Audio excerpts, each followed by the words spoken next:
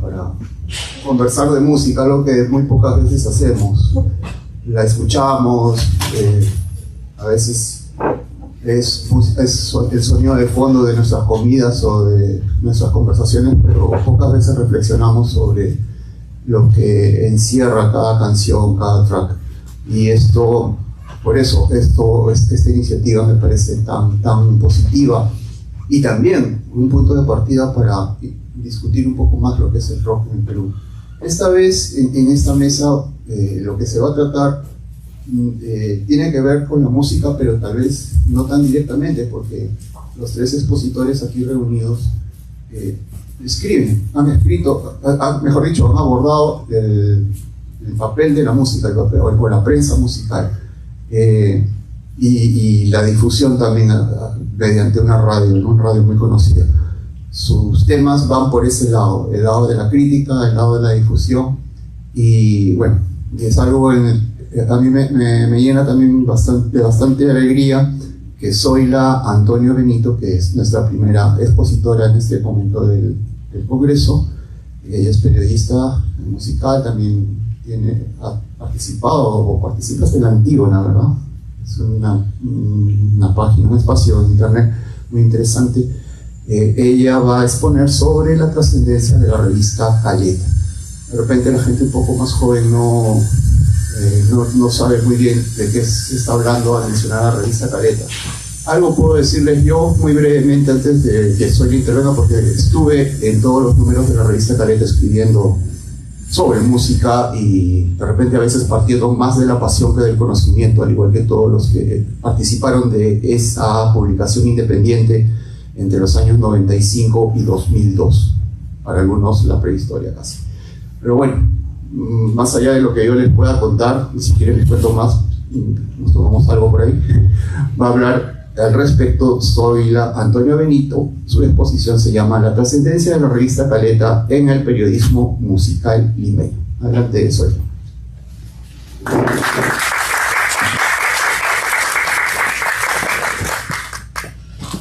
Muy buenas tardes, así es, voy a hablar acerca de la revista Caleta y la trascendencia del periodismo musical limeño.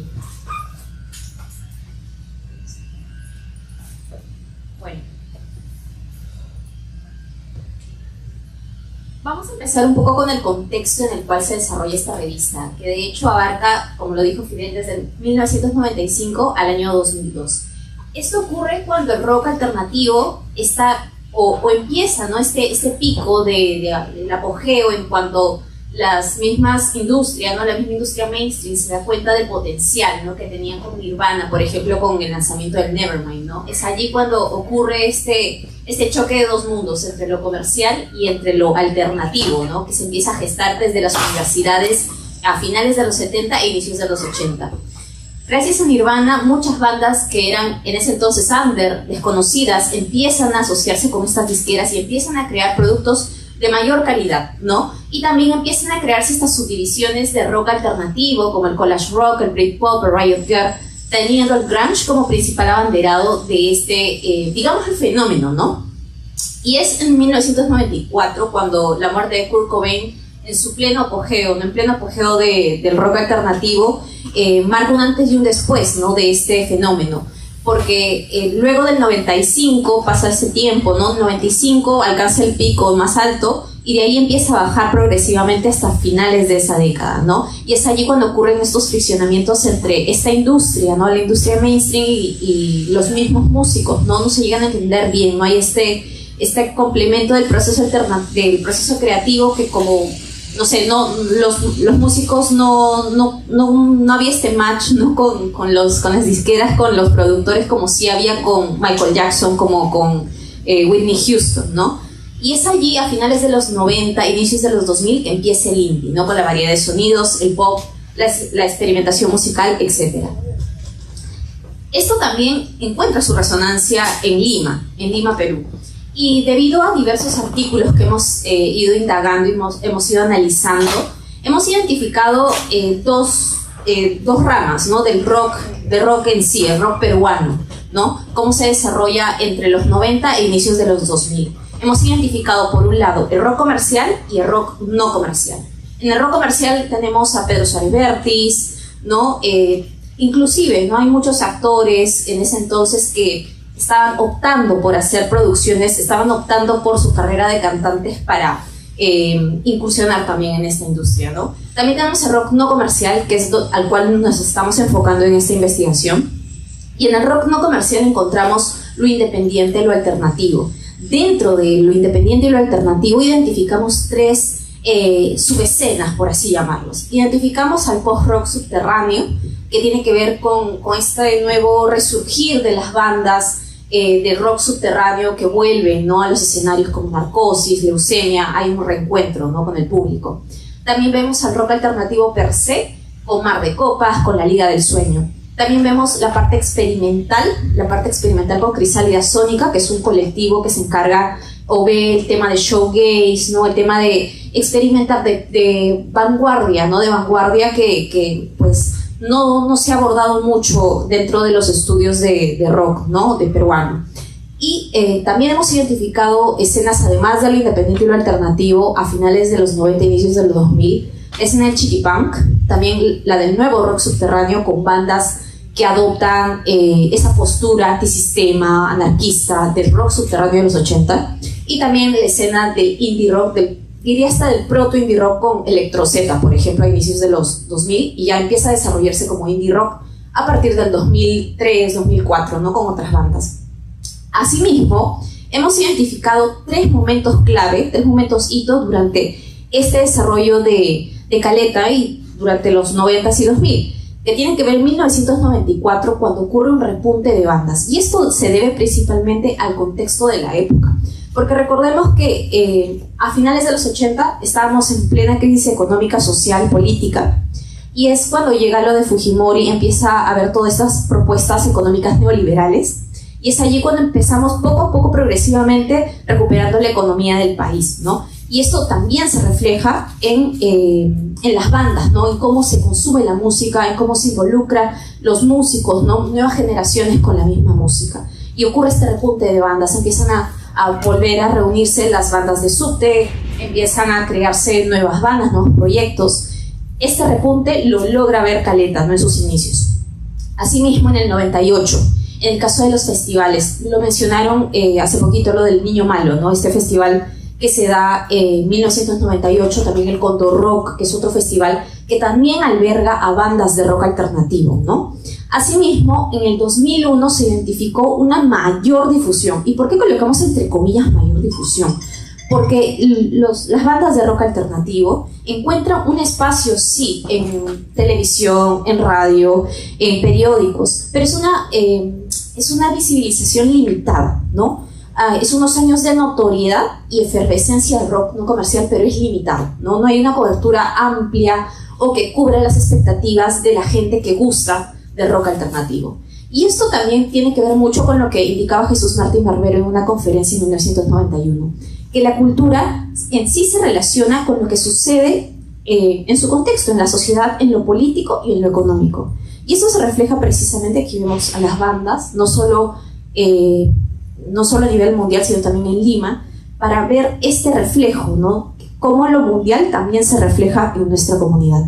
Aquí también vemos cómo la política, cómo el tema de la piratería, cómo el tema de los medios de comunicación se refleja, ¿no?, se involucra con el rock alternativo de manera directa o indirectamente. En el caso de la política, la parte económica fundamental, y cómo también en la época de Alberto Fujimori, en esta dictadura, pues se ve lo que es la tecnocumbia, ¿no?, como el género más mainstream, ¿no?, más representativo para su gobierno. Y en el caso de Toledo, vemos cómo de la tecnocumbia se pasa a la música andina, y hay este desconocimiento, como ustedes han podido apreciar en la entrada del edificio, esta censura, digámoslo así, o limitación, ¿no?, de estos espacios en los que se difundía rock alternativo en televisión, en radio, y cómo hay este statement, ¿no?, de rock es cultura. También veíamos el apogeo de la piratería, no solo en la parte musical, sino también en otros productos culturales, y también productos como la televisión, el cable, ¿no?, en las discográficas también. Observamos que a mitad de los 90 hay discográficas internacionales que llegan a venir al país, ¿no?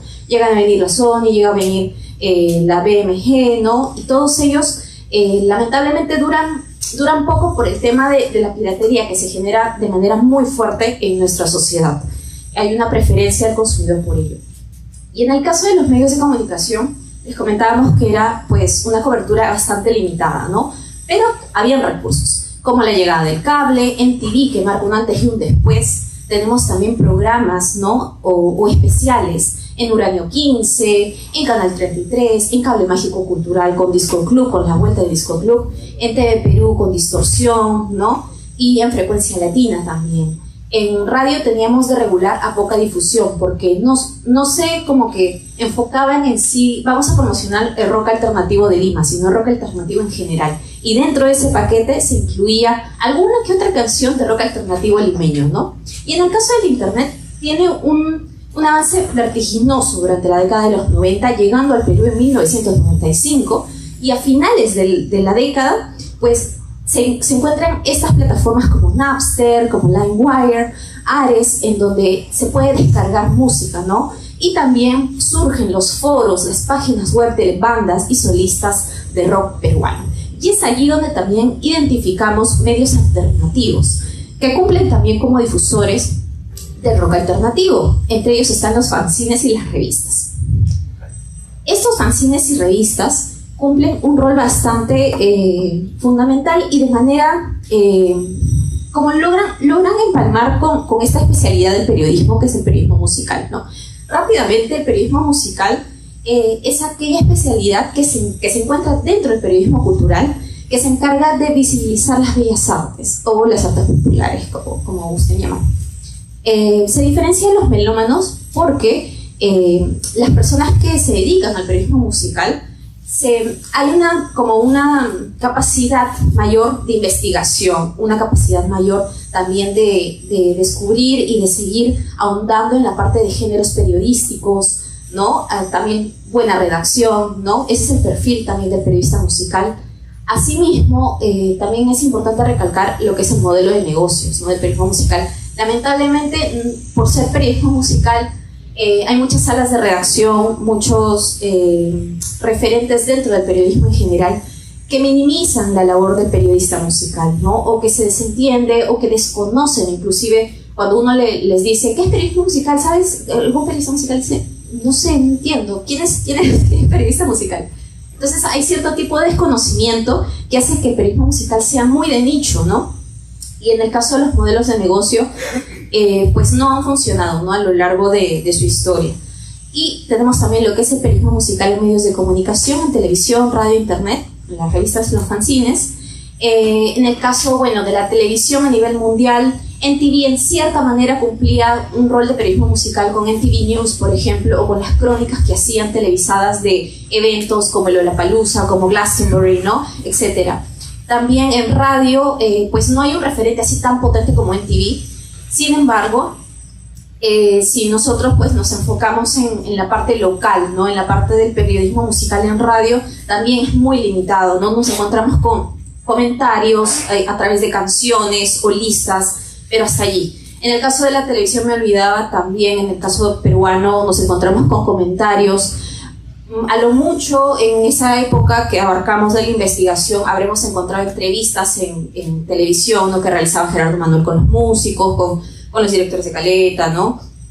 O especiales, ¿no? Que sí tenían como ese tinte al periodismo musical, como ese acercamiento, pero no se cubría de manera completa. También tenemos la parte de internet. La parte de internet, pues, ha sido muy vertiginoso, pero también todavía era muy, muy incipiente hablar de plataformas que atiendan al periodismo musical a nivel mundial. Es recién con Pitchfork, pero Pitchfork todavía entra en el 2002-2003 con más fuerza, ¿no? Y en el caso peruano tenemos la página web de Caleta, que creo que es una de las primeras páginas de periodismo musical o que atienden esta especialidad del periodismo en el país. Y tenemos precisamente las revistas y los fanzines que cubren de manera más completa o de manera más cercana lo que es el periodismo musical, ¿no? Y justo aquí pues vemos el periodismo musical en nuestro país Y como les comentaba, resulta más evidente en publicaciones escritas como revistas y fanzines, y son estos formatos los que mostraron más apertura a la visibilización del rock alternativo y su difusión con el apoyo de las herramientas del periodismo, ¿no? Aquí tenemos a los fanzines, y dentro de los fanzines tenemos a los prozines, y los prozines son unas publicaciones que logran un acabado más elaborado como resultado final y que por ende pueden ser confundidas con una revista, ¿no? En el caso de las revistas, son artefactos culturales. ¿Por qué son artefactos culturales según Tarkus, según Moraña y según Lemasurier? Porque son percibidas dentro de un momento y lugar determinados, educan a la gente, guían a la gente, ¿no? Y cambian también las narrativas, las abordan de manera más honda que un periódico, ¿no? Te tratan temas sociales, ¿no? De manera más detallada, de manera más profunda, ¿no? Aquí podemos observar algunos de los fanzines y revistas de rock que se han hecho en nuestro país. Y tenemos aquí un esquema, una cronología, tanto de fanzines como de revistas, que se tiene como principales pues, registros, ¿no? Desde 1930 hasta el 2002, que pues con el que hemos tratado Caleta, ¿no? Hasta el fin de Caleta. Y bueno, también lo que es el reflejo del rock alternativo en periódicos, en revistas que no necesariamente tienen que ver con música como Caretas, y también se creó una asociación de fanzines alternativos desde 1990 hasta el 92. De esta manera llegamos, ahora sí, a Caleta como revista. ¿Y por qué se crea Caleta? Porque sinceramente los medios de comunicación limeños en aquel entonces, en 1995, y tomando en cuenta que en 1994 había todo este repunte, este reflujo del rock alternativo, había un evidente tratamiento informativo limitado sobre la escena del rock, ¿no? Rock alternativo que se hace en Lima.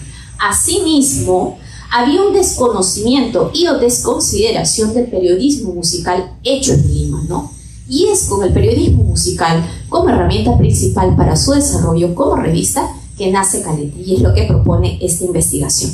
Asimismo, esta investigación se cuestiona si Caleta en realidad es un prozine o es una revista, ¿no? Hay muchos autores, Ayala y León, por ejemplo, que dicen que Caleta es un prozine, ¿no? Que está junto a otras publicaciones que tienen como este acabado más profesionalizado. Sin embargo, los mismos integrantes, los mismos directores de Caleta afirman que es una revista. Por ende, en esta investigación se tratará Caleta como revista, debido a que nos permite tomar más características, no solo del prozine, sino también de una revista, ¿no? Y hacer de manera más completa y más redonda pues esta tesis, ¿no? Caleta es un coloquialismo peruano que significa disimulado, poco conocido, discreto. Estuvo conformado por 28 números y sus directores fueron Percy Pesú y Julián Rodríguez. Ellos señalan en el primer número que es por jóvenes y para jóvenes, que no es convencional, que toca temas que son ignorados por los medios masivos. Vemos aquí algunos números de la revista. Entre ellos vemos en portada, por ejemplo, la Liga del Sueño, vemos a Radio Criminal, vemos a Los Mojarras, vemos a Dolores de Lirio, ¿no? Que son bandas peruanas que no están dentro del mainstream, ¿no? No están dentro de este rock comercial como Pedro Suárez Vértiz, por ejemplo, ¿no? Entonces uno se ponía a pensar en ese entonces, ¿cuándo, no? O qué publicación se debería colocar a una banda no comercial en su portada? Pues Caleta precisamente tuvo el atrevimiento, por así decirlo, de hacerlo. Y bueno, también me gustaría indicar o señalar esta portada de Caleta, que está como del Sgt. Pepper, es la última portada que realizan en el 2002. Nuestra pregunta de investigación es la siguiente: ¿cuál es el impacto del periodismo musical en la revista Caleta de 1995 al 2002 en beneficio al fortalecimiento de la escena del rock alternativo limeño? Nos estamos basando en 3 aristas: el contenido de la revista, el desarrollo del integrante de Caleta y Caleta como emprendimiento revisteril. Nuestras herramientas metodológicas son el análisis de contenido de las 28 revistas y las entrevistas con sus miembros. Se observó, y algo aquí también me gustaría recalcar, que esta es una investigación en desarrollo, es decir, que todavía nos falta indagar aún más sobre esta revista, nos falta hacer más entrevistas, que de seguro se va a realizar en estos meses.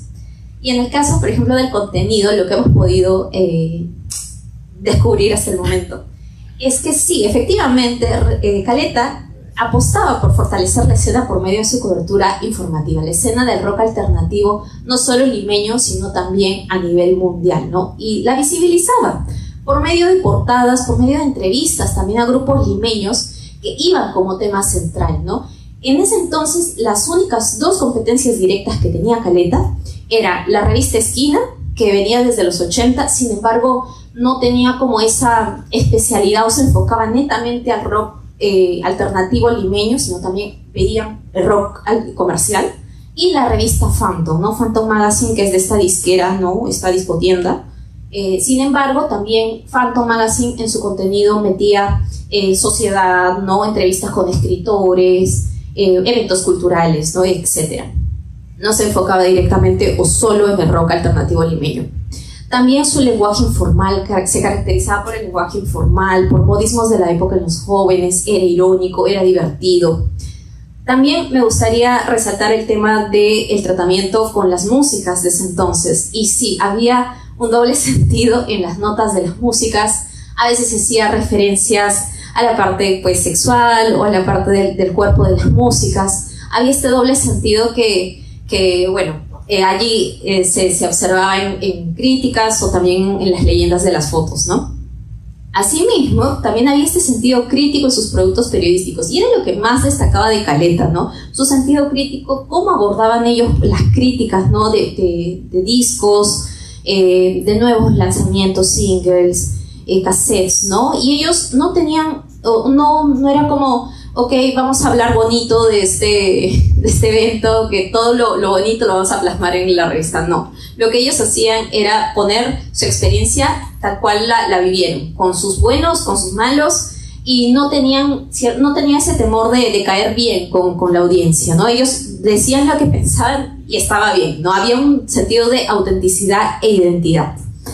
Asimismo, entrevistaron, auspiciaron y cubrieron eventos de bandas que ahora son reconocidas dentro de Latinoamérica, como Aterciopelados. Hay una entrevista a Aterciopelados. Auspiciaron de hecho conciertos como el de Control Machete, que es una banda ahorita de culto, digamos así, del rock alternativo a nivel Latinoamérica. También hay entrevistas hasta con Charly Alberti de Soda Stereo, siendo una revista que pues no ha estado dentro de una parte alternativa, ¿no? Y bueno, seguimos avanzando. En la parte del desarrollo del integrante y equipo de Caleta, tenemos el equipo conformado en su mayoría por hombres, y varios de ellos fueron contactados gracias a avisos colocados en publicaciones como El Comercio. MTV Latino, Rock Deluxe, Rolling Stone fueron una de sus principales fuentes, ¿no? de adquisición musical, de conocimiento. Y había hasta corresponsales cubriendo conciertos y festivales como el Glastonbury, por ejemplo. Claro, todo era a forma voluntaria, ¿no? Pero habían y tenían. Para hacer una revista de bajo presupuesto que no pertenece a una corporación, ese es un logro bastante grande, ¿no? Y como emprendimiento revisteril, se pudieron aliar con este circuito alternativo como Guasipunco Records, Navaja Producciones con disqueras. Se aliaron también con tiendas, ¿no? Dentro de Galerías Brasil, que es este lugar tan famoso aquí en Lima por albergar pues puestos, ¿no? Que venden merch de rock, ¿no? También ellos fueron los impulsores de los primeros álbumes de bandas como Cementerio Club, como La Raza. Hicieron recopilatorios de canciones de bandas de rock alternativo limeño, ¿no? Y la página web también es clave en la venta de ejemplares y música. Aquí, en conclusiones, ya para cerrar, pues Caleta resulta ser la publicación precisa en el momento adecuado. Creo que Caleta, si hubiese sido lanzada en el 2000, no hubiera tenido tanto impacto como si hubiera tenido en 1995, justo cuando atendían un nicho tan importante y tan en su pico, ¿no? Como fue el rock alternativo en esa época, ¿no? Asimismo, se comprueba lo dicho por Ochoa Lazarte, que escribió acerca de las publicaciones musicales en Lima, sobre la dependencia de la prensa musical limeña con la escena del rock limeño, ¿no? De cómo, a su vez de que la escena del rock limeño repunta, la prensa musical también atiende esa necesidad informativa y también está allí, ¿no? También cobra más relevancia, ¿no? Y en el caso de la parte de emprendimiento revisteril, se podría decir también que Caleta es un ejemplo de protoperiodismo emprendedor en Lima, el protoperiodismo empieza a aparecer a inicios de los 2010, pero Caleta, a través de su sistema de suscripciones, a través del tema de las asociaciones, de las alianzas, del auspicio de productos, empieza ya a generar este tipo de periodismo emprendedor, ¿no? Diversifica para poder generar ingresos. Y ya como último, también nos deja una lección bastante interesante, y es que todo este formato de revistas, de fanzines, en la actualidad podemos apreciarlos no allí, no en el papel, no en físico, sino en redes sociales y hasta en YouTube, en el caso de los podcasts, en el caso de perfiles en Instagram que comunican acerca de la escena independiente, ¿no? Y que también le dedican pues un espacio considerable y la cubren de manera también considerable. Así que eso sería todo, espero que gracias. Había mucho para hablar. Ahora más. Bueno, y sí, pues hay mucho para hablar, como dices tú, Zoila, y gracias también por hacerme enterar que viví en un prosím, no en una simple revista. Eso es lo bueno de ver las cosas con perspectiva y desde puntos de vista pues distintos al de quien ha estado inmerso dentro del asunto.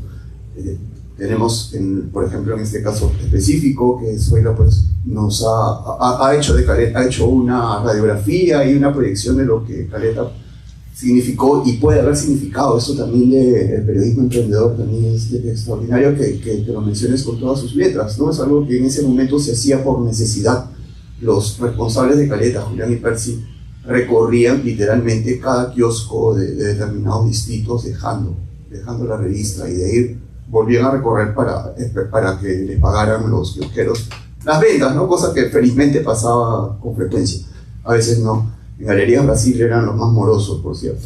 Bueno, bastante que hablar al respecto. Gracias, Zoila, por traer a este foro lo que pudo haber sido lo que fue Caleta como revista difusora de distintas corrientes del rock que trataban de ser distintas.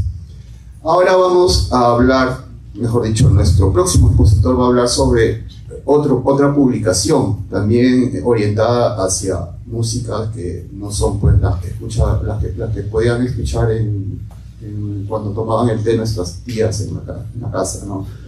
Esta publicación es Cuero Negro, y bueno, hasta ahora mantiene una presencia ya sea en redes y a veces por ahí de vez en cuando sale un impreso, ¿no? Gracias al tesón, al empuje de su principal responsable, el señor Giuseppe Risica, Pino Risica, ¿no? Hubiera sido estupendo que estuviera por aquí. Bueno, quien va a exponer sobre esta publicación y sus bemoles es Carlos Mariano Pérez Aguilar, de la Pontificia Universidad Católica, y su exposición tiene por título Lealtad al Caos, una aproximación al rol que tuvieron los fanzines en la difusión del metal en Lima durante 1986 y el año 2000, el caso de la revista Cuero Negro. Adelante.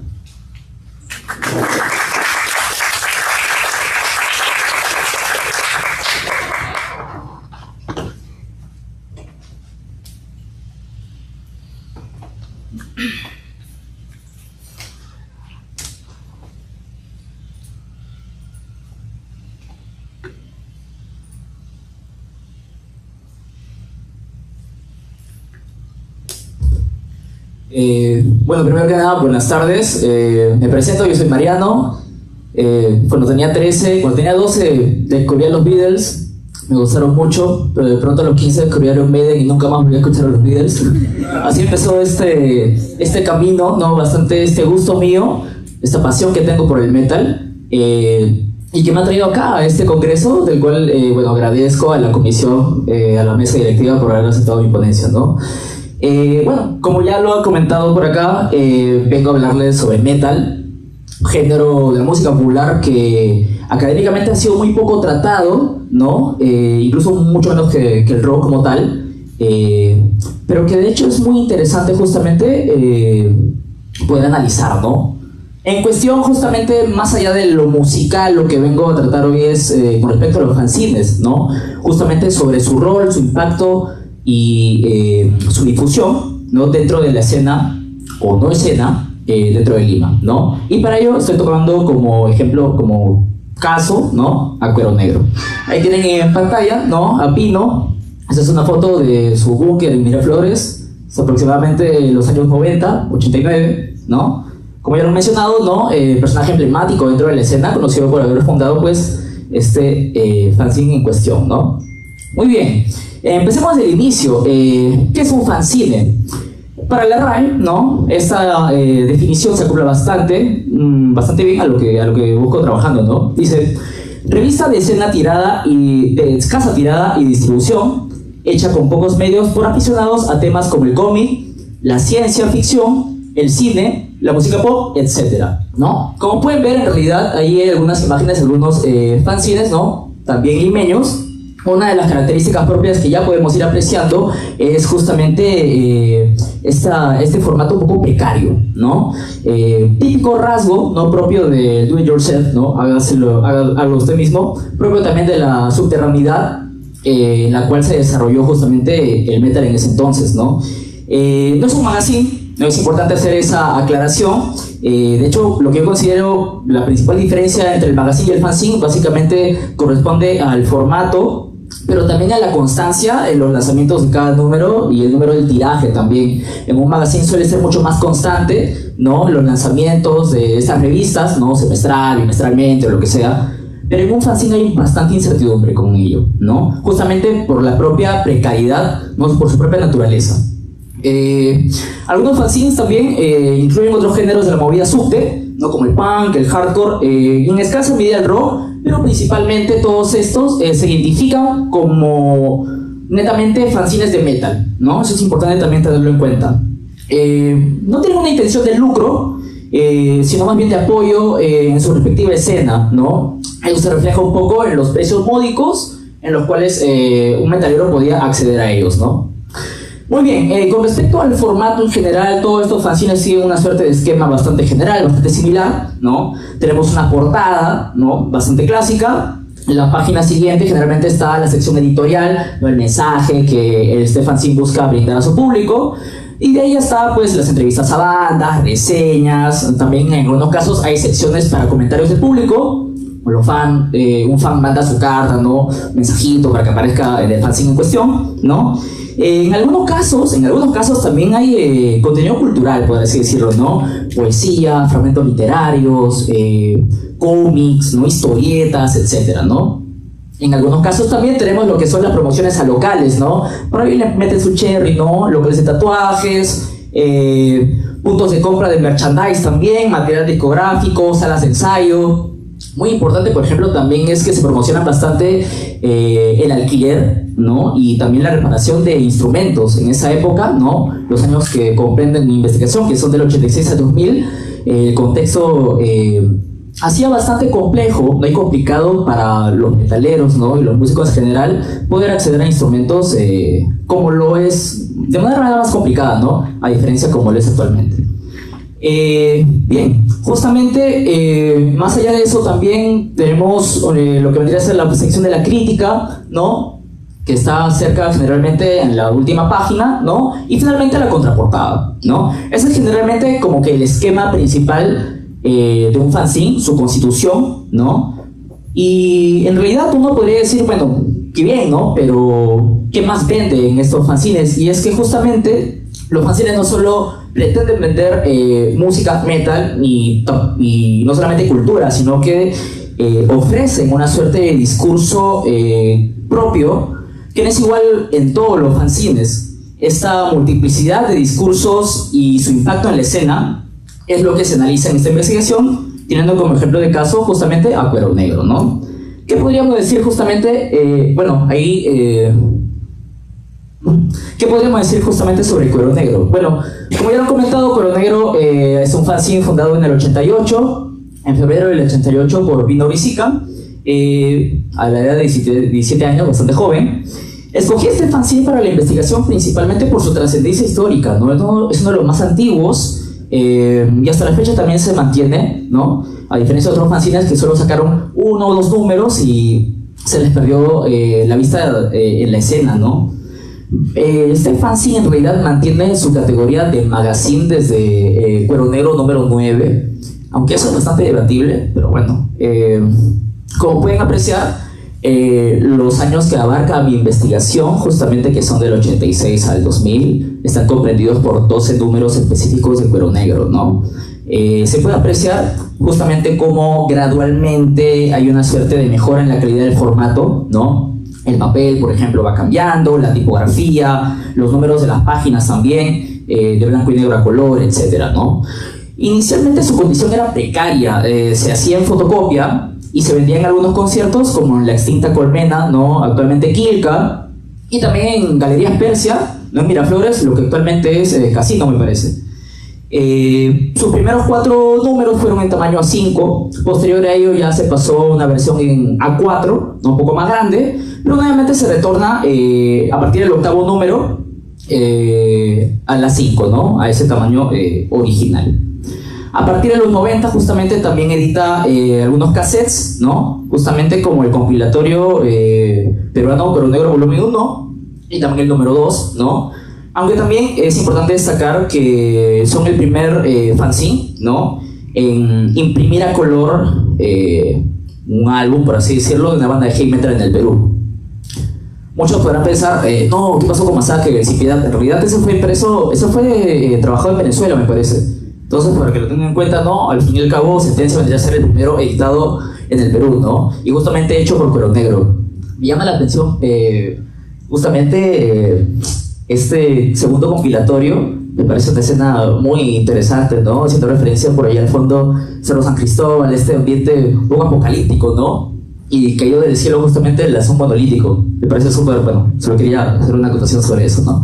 Muy bien. Es importante justamente ahora, bueno, antes de pasar a lo siguiente, a partir justamente del número 12, en palabras de Pino Resica, este número fue bastante impactante, tuvo mucha aceptación por el público, pero sin embargo, luego de eso, Cuero Negro desaparece de la escena.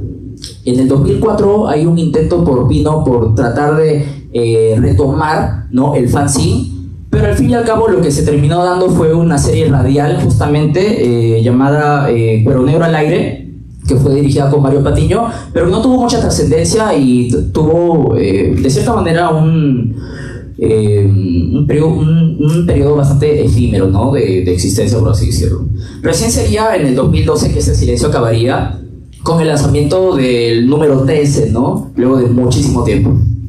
Ahora sí, justamente, lo que justamente se pretende analizar en esta investigación, para que lo tengan en cuenta, es justamente el análisis discursivo de Cuero Negro, ¿no? ¿Cuál es la ideología? ¿Qué es lo que realmente quiere vender más allá de la música, más allá de las reseñas y todo lo clásico que posee un fanzine, ¿no?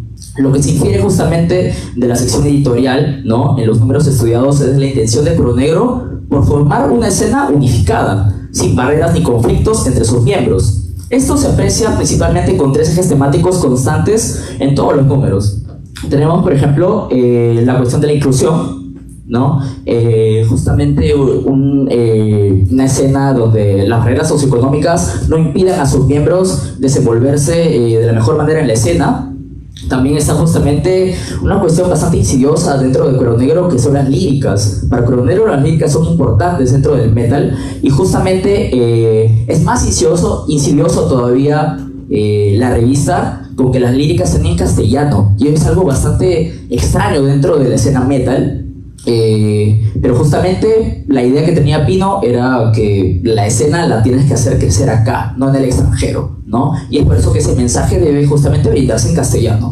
Y, ¿no? Finalmente también está la cuestión de no encasillarse en un género, ¿no? La cuestión de la autenticidad, el heavy, el thrasher, el blacker, ¿no? Todo eso justamente cómo se relacionan dentro de la escena y cómo justamente una persona, para Cuero Negro no debería, un metalero no debería encasillarse en uno solo de estos géneros, ¿no? Justamente. A continuación, lo que se verá es cómo Cuero Negro aborda estos ejes temáticos frente a la multiplicidad de discursos entre los metaleros y fanzines limeños, ¿no?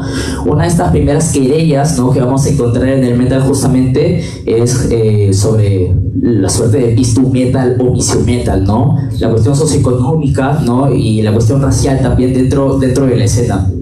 Para Cuero Negro justamente la escena no debe categorizarse ni elitizarse por cuestiones socioeconómicas ni raciales, ¿no? En un contexto donde justamente el neoliberalismo lo que hace es aumentar las brechas sociales entre las personas, justamente este era un problema bastante real y evidente dentro de la escena, ¿no?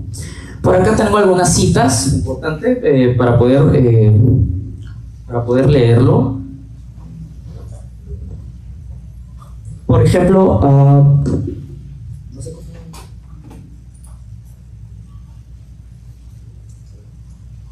Ahí está, ahora sí.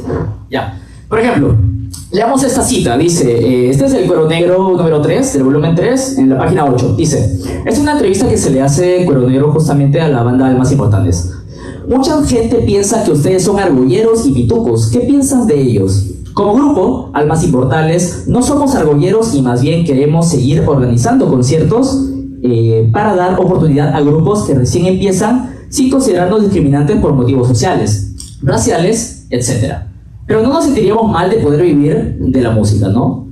Había justamente esta intención inicial, ¿no? Por los metaleros, por profesionalizarse, ¿no? Eso es algo que ha tratado Ricardo Lavarría, que lo vimos ayer, ¿no? Pero este intento por la banda de Heavies por profesionalizarse no va a terminar bien, ¿no? Otra cita importante lo tenemos en el número 7, en la página 40 de Cuero Negro, ¿no? Como parte de la editorial. Dice, cada vez hay más racismo hacia los blancos por algunos que dicen ser subterráneos y luego se comportan como renegados sin contar que su rebeldía la ahogan en alcohol o drogas, ¿no? Esa cita también es muy interesante porque nos habla de un otro, no blanco, y de cierta manera refleja algunas cuestiones antiéticas, ¿no? Drogas, alcohol, ¿no? Supuestamente. En el número 4, por ejemplo, de Cuero Negro, ¿no? En la página 2, también tenemos justamente en la parte editorial lo siguiente. A todos aquellos poseros o alienados queremos decirles que se larguen de este movimiento, porque ni el metal es moda ni es de élite, ni el que tiene mejor material o mejores polos y parches es más metalero que otro, etc., ¿no? Y termino diciendo, el verdadero metal no se escucha, se siente, por eso la verdad siempre reluce, los falsos morirán. No nos apuremos, pronto de sabrán quién quedará. Espero que lo entiendan.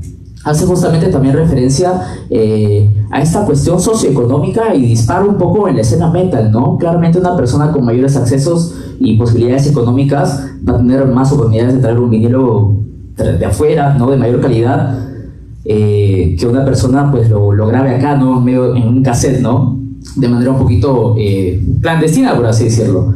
Entonces, eso es un poco, ¿no? Para tener en cuenta cómo aborda Cuero Negro esta temática particular sobre la cuestión socioeconómica, ¿no? Ahora, otra querella importante, no justamente como lo había comentado, es la cuestión de las líricas. Pongo aquí justamente el demo de Cráneo, ¿no? Sociedad o Sociedad, es el primer demo que sale en el 92. Cráneo es una banda de metal extremo, ¿no? Es muy raro en una banda de metal extremo que su lírica esté en castellano, pero el caso de Cráneo es bastante excepcional, porque no solo su lírica está en castellano, sino que tienen un contenido mucho más directo de crítica social, ¿no? Mientras que en el metal generalmente otras bandas de la época te hablan de funerales, ¿no? Calaveras, Satán, etc. Muy bien, vamos con las citas. Estas están bien chéveres, miren. Dice, además, esto es de Cuero Negro número 6, dice, además hay varios fanzines escritos en inglés y solo para extranjeros. Todos los que hacen eso, púdranse en el infierno. La escena hay que levantarla acá, no allá. Un poco de violencia, ¿no? Miren, otra cita, por ejemplo, de Cuero Negro número 8, en la página 3, es la siguiente. En un futuro cercano volveremos a apoyar a las bandas nacionales con la producción de sus demos y también con la producción de cassettes compilatorios. El más cercano proyecto es la producción del segundo compilatorio peruano, el que vimos hace ratito, el cual tendrá mejor sonido y contará con nuevas bandas. En esta ocasión estará balanceado entre bandas hardcore, punk y los diversos estilos del metal. Como única condición, pedimos que canten en castellano para que su propuesta sea entendida, ¿no?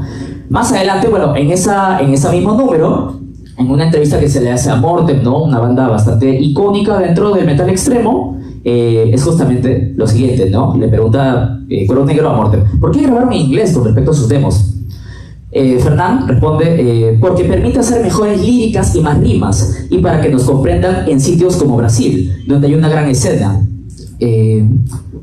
nos da la impresión que esta música suena más natural en ese idioma, ¿no? Entonces, esa es un poco la suerte de defensa que tienen las bandas de metal extremo, principalmente, las de heavy también, pero principalmente las de metal extremo al expresar su música en líricas en inglés, ¿no? Justamente darse a conocer al extranjero también.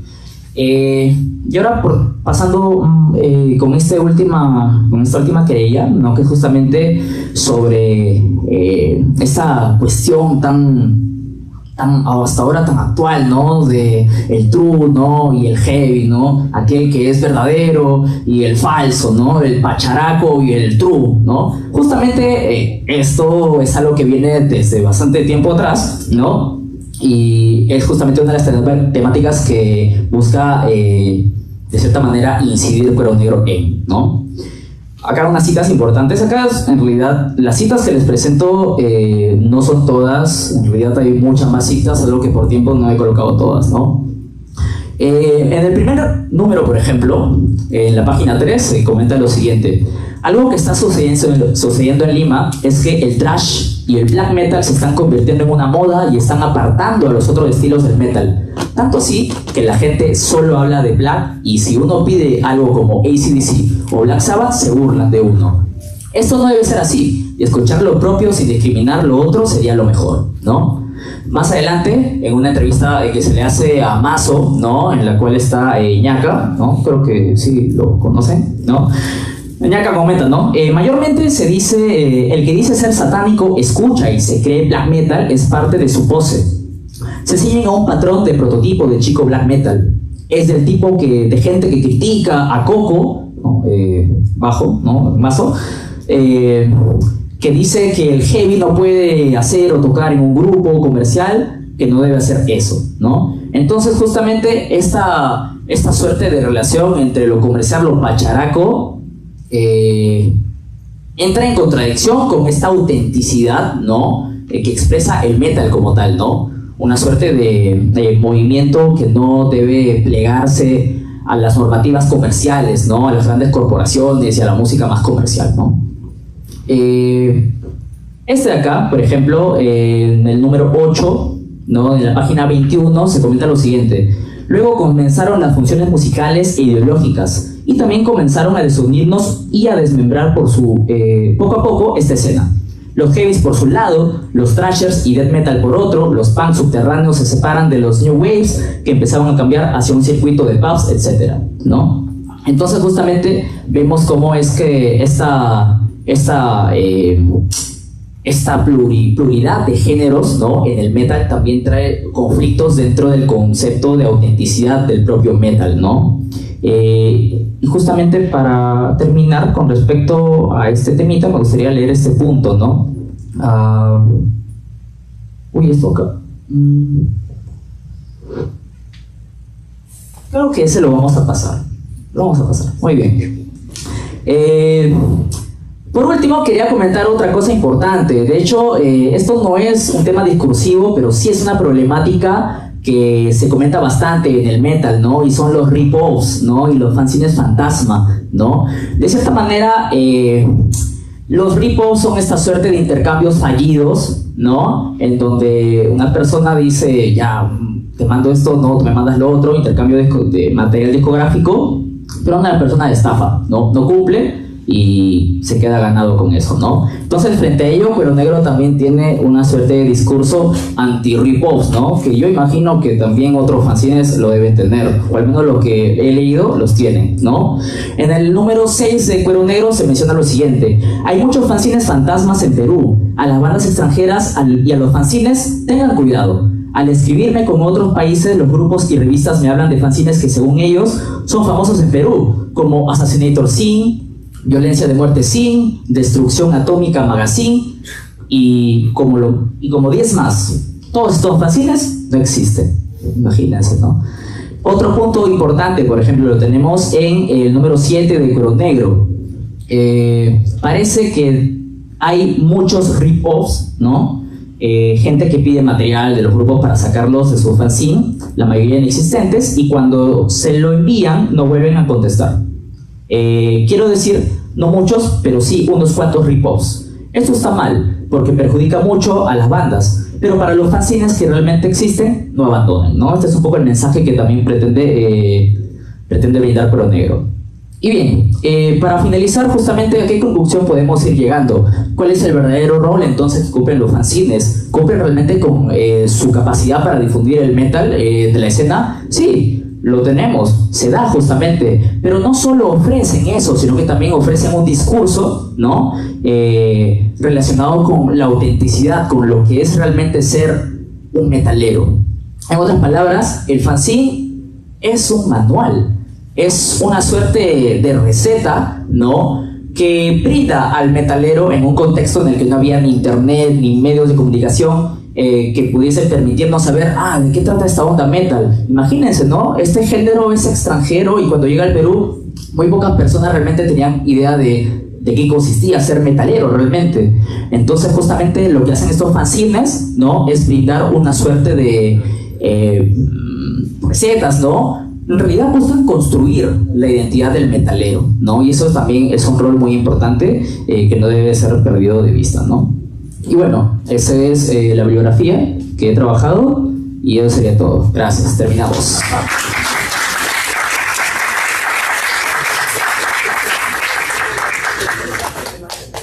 Bueno, sí, bastante ilustrativo sobre lo que representa Cuero Negro, ¿no?, como fanzine. Y bueno, y de pasadita, pues todos los fanzines que se hicieron en esa época tan precaria, los 80s, comienzo de los 90s, respecto al metal, ¿no?, una escena heroica. Siempre es bueno resaltar que cuando, después del desastre de la segunda mitad de los 80s, el desastre económico, digo, y mucha escena underground se replegó en el 90, el 89, 90, 91, y no había nada, en la práctica no había nada.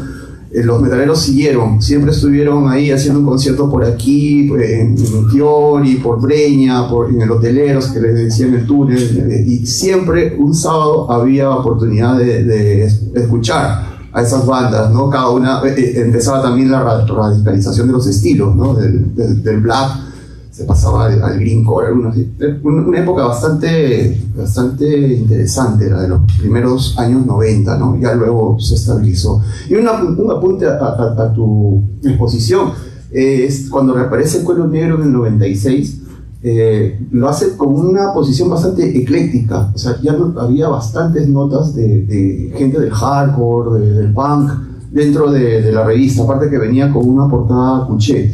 Y creo que por ahí Pino tuvo la visión de dejar que Oscar Reate, de Dios Hastío, interviniera, ¿no? Y él fue el que trajo ese eclecticismo, ese nuevo aire a Cuero Negro, en una época en que pues todo estaba siendo nuevamente oxigenado, ¿no? Ya no, las escenas no eran tan cerradas como en los 80. Bueno, seguimos pues.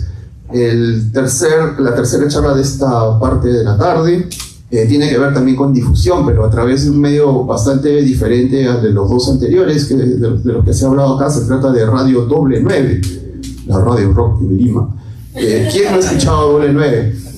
de la gente que nos interesa el rock, ¿no? Toda la vida, desde el año 79 he estado ahí, ¿no? Y bueno, una anécdota personal. Cuando en mi trabajo en la agencia de noticias andina se instaló una radio online, nos hicieron pruebas algunos que queríamos tener programas y trajeron un señor del grupo RPP, bastante conocedor de los formatos y eso, y en cada prueba que nos hacía pues iba dando su diagnóstico, y cuando me toca a mí me dice: tú escuchas Doble 9, ¿verdad? ¿Por qué? Le digo: sí, claro, obviamente escucho.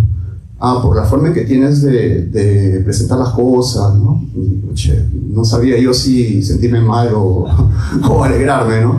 Pero bueno, y es que influye, ¿no? Ese formato así, que creo, seguro nos lo va a decir nuestro expositor Pavel Solís López, que tiene sus raíces en la radio norteamericana, en las que en los 60 eran las radios FM Under, ¿no? O sea, lo decía Sanguinetti, el dueño, ¿no? Poco bla bla bla y más música. Pero bueno, Doble 9 tiene un papel bastante interesante en la difusión de rock como género en el país, bueno, en Lima, porque llega a Lima mayormente, y ahora en internet llega a todo el mundo. La exposición de Pavel Solís López de la Pontificia Universidad Católica, se llama Radio Doble 9, Archivos de Tensión y Afectos con el Rock. Adelante, Pablo.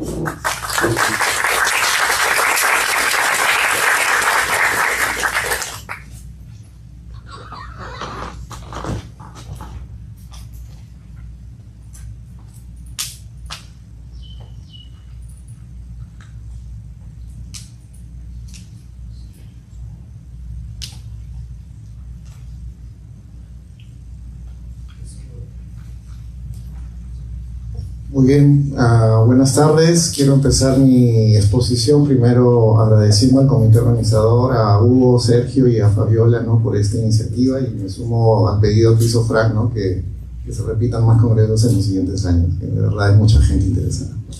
Bien, empiezo rápido. Como ya justamente se señaló, este es el título de mi exposición.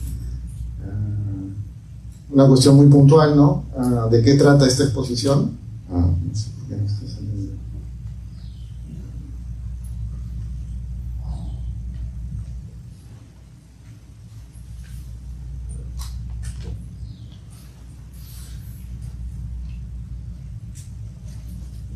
Ok, muy bien. Esta exposición busca reconocer y analizar los aportes que ha podido dar Doble 9 al rock peruano, ¿no? Esto es parte de una investigación, justo voy a desarrollar un par de categorías, una investigación más amplia, pero a eso me voy a concentrar. Lo que voy a presentar como investigación es parte de un diseño fenomenológico, ¿no? En realidad son entrevistas y análisis del discurso, entrevistas a oyentes y músicos, y también el análisis de los rankings y algunas publicaciones dentro del fanpage de Doble 9.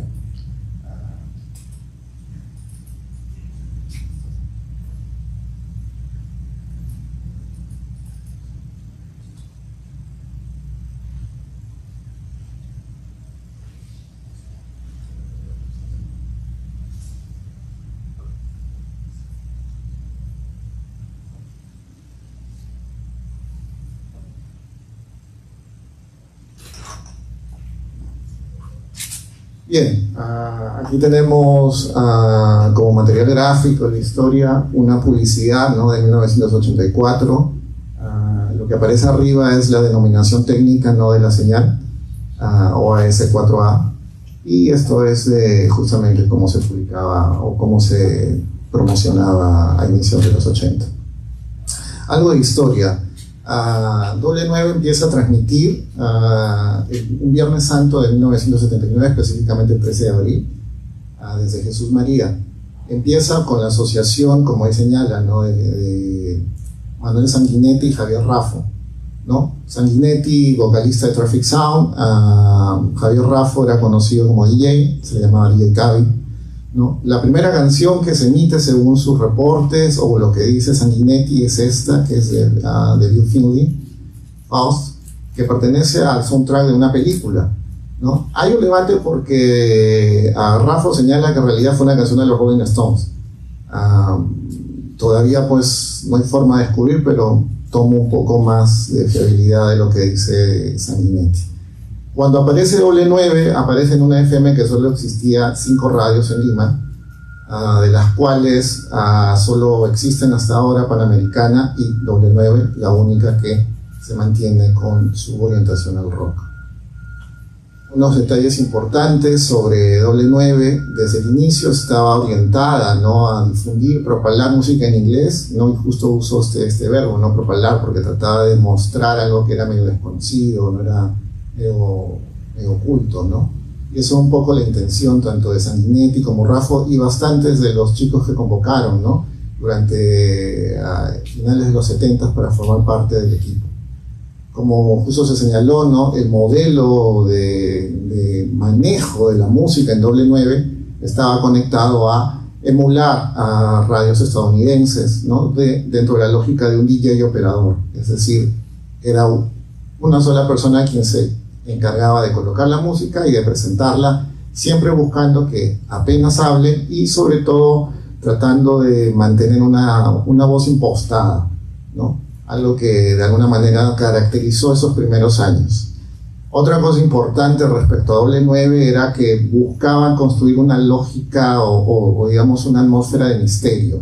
Siempre había un debate, menos en esos primeros años, ¿no? de dónde emitían, ¿no? Dónde salían, ¿no?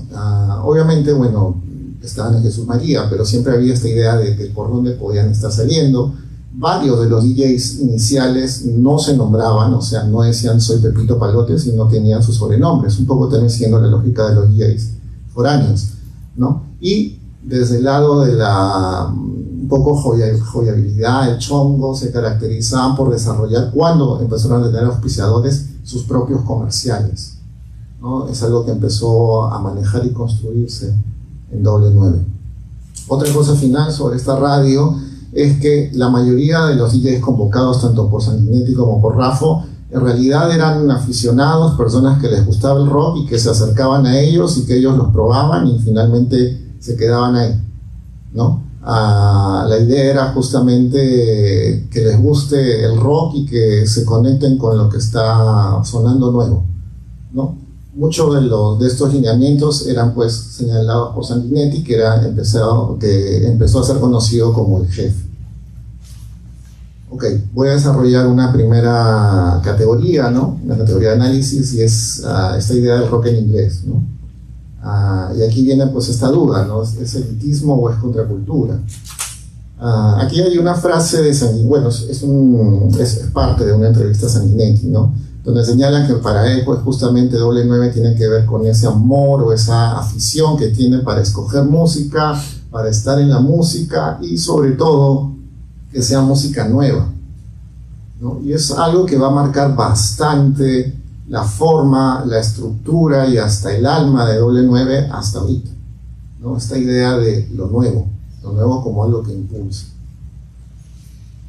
Un poco para hablar sobre el tema elitista, aquí tengo algo de teoría, ¿no? Desde el lado de Bourdieu, ¿no? Un poco la idea de justamente a través pues de esta idea de el rock en inglés, ¿no? Se puede asociar a que es un tipo de capital cultural alto, ¿no? Entonces, de alguna manera, al reforzar esta preferencia por el rock en inglés, se podría decir pues que hay una especie también de reforzamiento a ciertas estructuras de clase o cierta desigualdad cultural, ¿no? Fried, ¿no? Un poco también habla sobre que el consumo de inglés en sociedades no anglófonas como la nuestra, ¿no? De alguna manera puede diferenciar a esa audiencia, ¿no? Que generalmente se puede caracterizar como urbana o muy educada o que tiene acceso al inglés como lengua de estudio secundaria. García Canclini también habla cuando justamente explora un poco la globalización cultural, ¿no? Esta tensión que se da entre lo local y lo global, ¿no? Que en realidad al privilegiar estos contenidos globales, ¿no? Puede generar una distinción elitista sobre lo local. Eso es un poco sobre lo que voy a discutir y hablar en las siguientes diapositivas. Ahora, para lo contracultural, ¿no? Williams, ¿no? Un poco nos señala de alguna manera que las radios que se especializan en el rock muchas veces en realidad son realmente espacios de contracultura, entonces desafían las normas. Entonces por ahí podríamos entender que Doble 9 en realidad, pues al orientarse al inglés, podría tener un poco ese estímulo, esa aura, ¿no? Finalmente querer dar ese contenido alternativo dentro de la FM. Stuart Hall, ¿no? De alguna manera en la idea de la codificación y decodificación nos señala, ¿no? Que justamente esta etiqueta de contracultural en una radio rock permite, ¿no? Que de alguna manera las audiencias, ¿no? decodifiquen que el mensaje o la intención de la radio, ¿no? está fuera, ¿no? de los valores dominantes de la sociedad, ¿no? Recordemos que de alguna manera hasta ahora, ¿no? el rock, y ya se ha señalado varias veces, no es pues el género que más se consume en las radios peruanas, ¿no? Entonces de alguna manera ya sea rock en inglés o rock en español, finalmente ya de por sí escuchar rock en cualquier radio ya es de alguna manera ponerte en una dimensión contracultural. Finalmente McRobbie, ¿no? un poco nos habla de las resistencias simbólicas, ¿no? Y de alguna manera ciertas comunidades pueden sentir que escuchar rock en una radio puede ser una especie de oposición, ¿no?, a lo que es mainstream, ¿no? O sea, yo escucho rock porque no escucho pues salsa o cumbia o bueno, cualquier género, ¿no?, que pueda ser considerado como el mainstream. Entonces podemos ver que hay esta un poco diferenciación o esta coexistencia diegética, ¿no? O sea, contraculturalmente Doble 9 sí se puede señalar que entre los años 80 y 90, ¿no?, de alguna manera al difundir esta música no comercial dentro de la FM limeña o peruana, de alguna manera tenía pues un aura contracultural, ¿no?, porque se alejaba de lo que era la programación masiva, ¿no?, o conocida por otras radios. Pero por el otro lado también podemos decir que sí hay un valor elitista, es decir, sobre todo por esta idea de alejarse del rock en nuestro idioma, y eso también cancelaba mucho de la escucha de bandas locales, bandas peruanas, ¿no? Y justamente eso permite generar una especie de identificación de una audiencia, ¿no?, que se caracteriza por escuchar ese rock generalmente, mayoritariamente en inglés. Entonces, ahí vamos. Y una cosa muy importante es quienes llevan de un lado para otro son justamente los DJs de Doble 9, quienes, como ya se los mencioné hace un momento, son elegidos por Sanguinetti. Aquí hay algunos testimonios de oyentes, ¿no?, que un poco nos señalan estas particularidades, ¿no? Por ejemplo, tenemos a personas que pueden escuchar, ¿no?, por ejemplo en San Juan del Lurigancho, y que señalan que solo 2 personas o 2 vecinos lo escuchaban y que de alguna manera encontraban valioso, ¿no?, un cierto tipo de formato al transmitir conciertos en vivos, ¿no? Alguien también nos menciona, bueno, me cuenta, ¿no?, que también pues justamente cuando trabajaba en una tienda de ropa surf, justamente ahí era una obligación, ¿no?, poner esa radio, aunque él no la conocía, pero gracias a ese trabajo pudo ampliar sus horizontes, ¿no?, y se le cambió su gusto musical. Desde pues cuestiones más conectadas con ese tesimonio, ¿no?, de que el niño, ¿no?, colocó una antena sobre un árbol para poder escucharlo, ¿no?, me pareció muy, muy gracioso. Pero bueno, seguimos avanzando. Ahora vamos un poco con la segunda categoría y tiene que ver con cómo se construye este público, ¿no?, que justamente va a recibir este mensaje contracultural o elitista a la vez, ¿no? Y ese testimonio, y justo lo resalto, me parece muy interesante y nos habla bastante fuerte de qué es lo que recuerda a alguien frente a esa memoria que puede tener sobre Doble 9, ¿no? Y aquí lo leo rápido, ¿no? Es alguien que señala que en 1986 se escuchó consignas terroristas por la radio, le pareció súper raro, llamó a la radio y le contaron pues que justamente el MRTA entró a la radio y le pidió pasar a esas consignas, si no pues iban a sufrir un atentado. Algo curioso, ¿no?, porque justamente al decir pues que es una radio que está ajena a todo, no escapa de nuestra atmósfera, no escapa de nuestra sociedad, ¿no? Y justamente el conflicto armado interno por ahí, aunque de forma muy tangencial, ¿no?, también puedo tocar a Doble 9. Entonces, ¿cómo Doble 9 construye? Pues justamente a través de este espacio de encuentro intergeneracional y creando un perfil con de alguna manera que se puede clasificar como una juventud de clase media, cosmopolita, urbana, que en realidad cuando habla de Doble 9 tiene bastante pasión, ¿sí? Algunos de estos testimonios, ¿no?, o sea, alguien que escucha desde hace 20 años, bueno, no más, un poco más, ¿no?, 2004, 2024, alguien que lo descubrió un poco más joven, ¿no?, casi adolescente, ¿no?, que lo descubrió en pandemia y que de alguna manera señala pues que no se escapa después de haber caído con esa radio. Incluso alguien que le pasa el gusto y se lo hereda a su hija, ¿no?, que yo lo escuché cuando tenía 12 años y hoy mi hija de 14 sigue escuchando esa radio, ¿no? Obviamente, ¿sí? Y bueno, también vuelve a mencionarse esto sobre la conexión comercial, ¿no?, porque aunque W9 es una radio que sale de alguna manera de la idea de de difundir lo que otras radios, pues igual necesita sustentarse, y por eso trabajar con auspiciadores, muchos de esos auspiciadores generalmente tienen que ver con el mundo de la tabla, ¿no? Justamente otra vez alguien menciona eso. El perfil, y esto es de un estudio de Ipsos, ¿no? Generalmente es personas de 20 a 54 años, la mayor parte son hombres, el 62.5%, de ellos del nivel socioeconómico A y B, ¿no? El 60%. Se les considera como algo psicográfico, ¿no? Que no son conservadores ni se dejan llevar por modas, y como lo mencioné, son bastante incondicionales a el recuerdo o a seguir a doble 9. Entonces aquí surge pues esta pregunta, ¿no? Teniendo esta audiencia, teniendo este perfil, ¿no? ¿Qué es lo que hace doble 9 con el rock peruano? ¿No? Entonces, como ya se los mencioné, tiene un apoyo bastante limitado a las bandas locales. Entonces, ¿cuál ha sido el criterio? Y finalmente, aunque es limitado, hay algunas que se han entrado a ser difundidas por doble 9.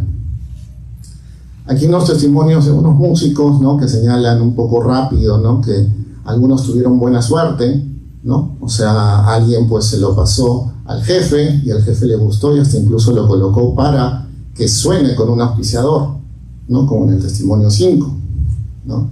A alguien que sí no tuvo tanto suerte como el testimonio 1, ¿no? Que aunque se lo pudo pasar a un DJ, no tuvo mayor éxito, ¿no?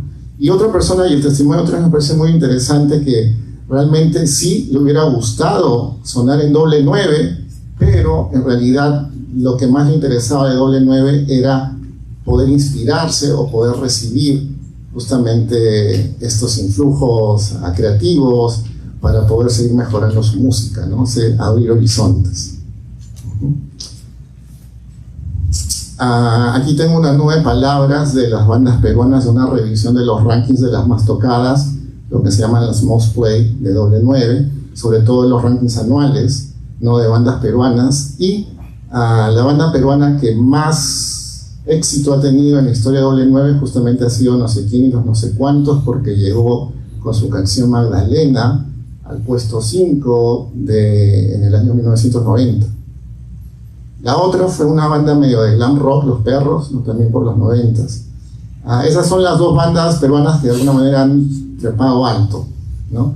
Algo curioso, tiene que ver mucho con este espíritu juvenil, chonguero de doble 9, por eso ya se puede entender por qué No sé quién y no sé cuántos pues ha tenido tanta pegada para llegar a ser tan popular, ¿no? Dentro de la idiosincrasia de los DJs o de Sanguinetti, ¿no? No son todas las bandas, porque de alguna manera esto es un recopilatorio de lo que se tiene de la información de los rankings o de las pasadas. Es posible que hayan algunas bandas que sí hayan sido tocadas en doble 9, pero no han podido llegar pues a los rankings, ¿no? Hago esta aclaración. Igual también muchos de los rankings también están de una manera incompletos, ¿no? Siempre, sobre todo entre los 80s y los 90s, ¿no? Menciono eso. ¿Qué es lo que menciona Sanguinetti, ¿no? Sobre por qué escoge las canciones, ¿no? ¿Cuál es el criterio? Y él señala rápido de su filosofía, ¿no? Que una canción pues en realidad tiene que rotarse rápidamente, porque justamente pues uno está pues con 30 canciones en la cabeza según su entendimiento, ¿no? De lo que es la música. Por eso es que uno tiene que cambiar rápido, ¿sí? En esencia lo que busca Sanguinetti como su filosofía, ¿no? Tiene que ver con que lo nuevo y lo clásico de alguna manera forman tu gusto musical, y de alguna manera si tienes ese gusto musical, entonces vas a poder mezclar tanto lo antiguo, lo que te forma, lo que hace un rato se mencionaba, ¿no? Este Lifetime Soundtrack, ¿no? Entonces eso lo mezclas con cosas nuevas, si es que realmente tienes gusto y te interesa. Esto es algo curioso porque ha generado una comunidad, es decir, estimula interés en la gente, sobre todo en las generaciones nuevas, porque no se queda en lo antiguo, ¿no? A generar esta comunidad, y sobre todo, aunque Sanguinetti siempre trata de señalar qué es lo que debería escucharse, también le suele dar bastante libertad a sus DJs, siempre les deja tocar lo que quieren, ¿no? Y otra cosa puntual, siempre está metido a esta idea de nuevos lenguajes y propuestas musicales. Por eso W9 tiene cosas particulares, como alguna vez haber pasado el Gota Volador, a Chichi Peralta, a Vico C, a Gerardo, ¿no? Entonces cosas así, hasta el General, creo, en los principios de los 90. Entonces siempre se caracteriza por estas cosas, algunas veces particulares. Ya para finalizar, ¿no? Quizás el programa que más tocó de alguna manera, o que estuvo más cercano a conectarse con el rock peruano, fue este programa Rock en tu Lengua, conducido por Cristian León entre los 90s y la década de los 2000s, ¿no? Se pasaba los sábados por la tarde durante un tiempo y pasó a ser los domingos en la noche. Ahí fue donde pasaron realmente la mayor cantidad de bandas peruanas, pero era como parte de este programa especial, ¿no? O sea, no entraban en la rotación de W9, sino simplemente se tocaban de cuando en cuando. Y en esencia también este programa generalmente pasaba música en español, pero internacional. No se orientaba necesariamente a pasar a estas bandas de seguido. O sea, si escuchabas una banda peruana, era que la escuchabas una vez en uno o cada 2 programas, una cosa así. No era algo muy regular. Voy a pasar rápidamente un poco esto, pero en esencia sobre este punto acerca de la música popular y los fenómenos culturales, un poco lo que puede señalar al explorar W9 tiene que ver que la falta de las bandas locales de alguna manera señala pues que este nicho que crea W9 globalizado, curado por los DJs, ¿no? De alguna manera genera pues esta tensión, ¿no? Es decir, a la audiencia de W9 la puede hacer global, pero también la hace lejana y extraña a lo que se consume y se produce en nuestro país. También un poco con lo que señalan Anderson y Kellner, ¿no? Lo que podemos decir, y voy directo a la interpretación, tiene que ver con cómo las audiencias juveniles, ¿no? Crean este imaginario al construir esta comunidad simbólica, ¿no? De alguna manera esta identidad juvenil rockera, a pesar de estas críticas de falta de representación, señala, y por ahí en algunos testimonios, como una especie de norte, ¿no? Si yo escucho W9 y me dedico a la música, de alguna manera eso me impulsa a hacer mi música y a hacer mis bandas, aunque probablemente casi nunca me van a pasar en W9. Es una cosa muy curiosa. Como conclusión, es un espacio clave en la cultura rockera musical limeña, pero de alguna manera tiene esta dicotomía, ¿no? Entre lo global y local, que genera esta tensión en la identidad, ¿no? Que genera estas contradicciones y paradojas, ¿no? Y me quedo con una pregunta, ¿no? ¿Qué implicancias realmente puede tener W9 para la escena musical peruana, sobre todo el rock? Y ahí me quedo. Muchas gracias.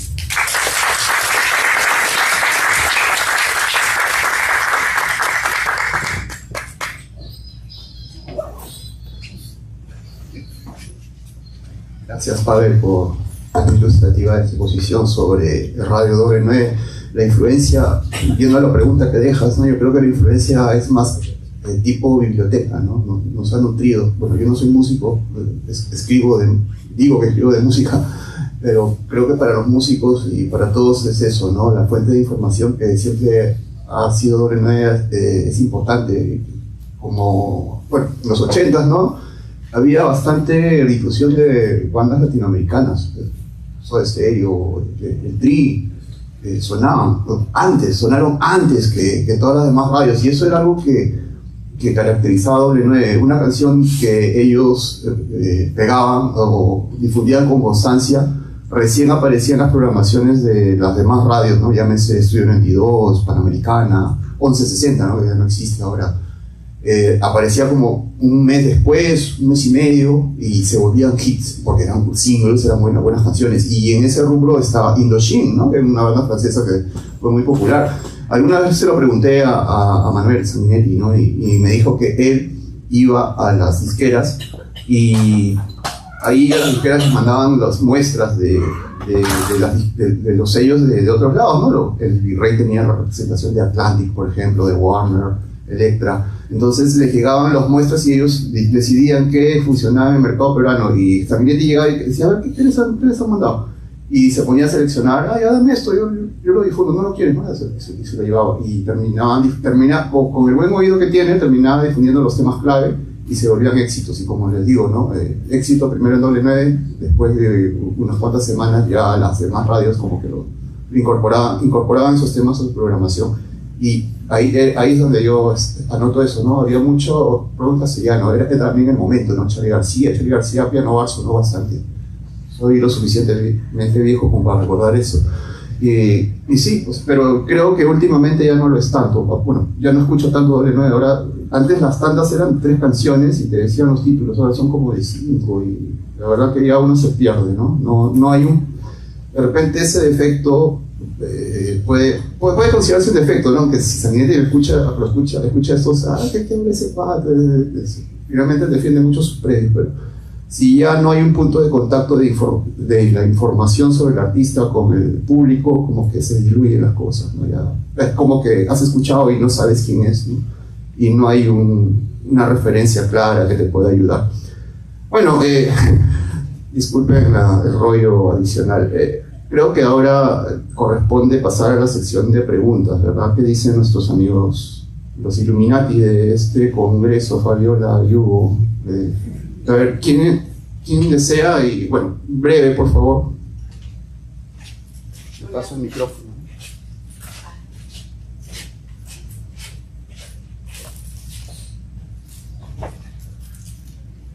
Interesante la ponencia de ustedes, en especial un poco ya haciéndonos un poco de historia de esta radio. Yo tenía una pregunta para los tres. Mencionar un poco el tema de la evolución un poco del rock para el tema de lo que era fines de los 80 y los 90, que ya era una nueva temática de música que fue muy inspiradora y que hasta ahora quizás ha quedado un poco, que es lo grunge. Y también esa temática también es la que se da en la mayoría de radios, en el tema también de esta radio que están comentando, ¿no? Y el tema de peruano también. Quisiera saber un poco su opinión al respecto.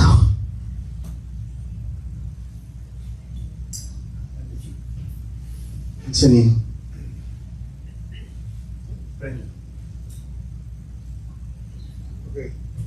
Hola. En realidad, cuando hablamos del rock y cómo avanza, siempre hay que considerar que el rock en realidad pues tiene distintas formas de entenderse, difundirse y consumirse, ¿no? Tanto por géneros. Incluso, aunque se puede decir que lo que se escucha en doble 9 puede ser como contracultural o algo así, igual sigue siendo un rock de alguna manera de las más tocadas, ¿no? Quizás no en nuestro entorno, pero puede ser en entornos anglófonos, ¿no? De alguna manera tiene que ver mucho con que creo que es un proceso donde la radio siempre impulsa a la industria o está conectada a la industria, y en el caso peruano, pues la radio siempre le ha dado la espalda a la industria, incluso si hablamos de doble 9 por, digamos, una decisión más personal, ¿no? Del dueño de doble 9, que tiene toda la razón de hacerlo porque finalmente es su empresa y lo quiere manejar así, le da orientación a lo que consideraba lo que llamaba la música mostra, la música paja, ¿no? Y para él mucha de esa música no se hacía acá, ¿no? Entonces por eso es que no la pasaba. No es que tuviera algo necesariamente en contra de la música peruana, pero tenía ese filtro, ¿no? Y lo he mencionado muchas veces, ¿no? Él pasa cosas que me parecen buenas, ¿no? Y otras no. Igual muchos de sus DJs tenían esta libertad, entonces muchas veces a alguien le pasaba algo y como que tenía pegada y como que se quedaba por ahí. Hablo de algunas bandas peruanas, ¿no? Como por ejemplo, no sé, Arena Hash han llegado a tener rotación en doble 9, ¿no?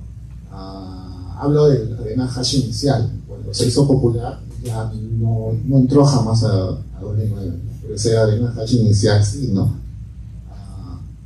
Entonces creo que tiene que ver mucho con una cosa de que si hablamos de la escena rockera peruana, pues de alguna manera no ha tenido ese apoyo, ese músculo, ¿no? Por razones estructurales, coyunturales, ¿no?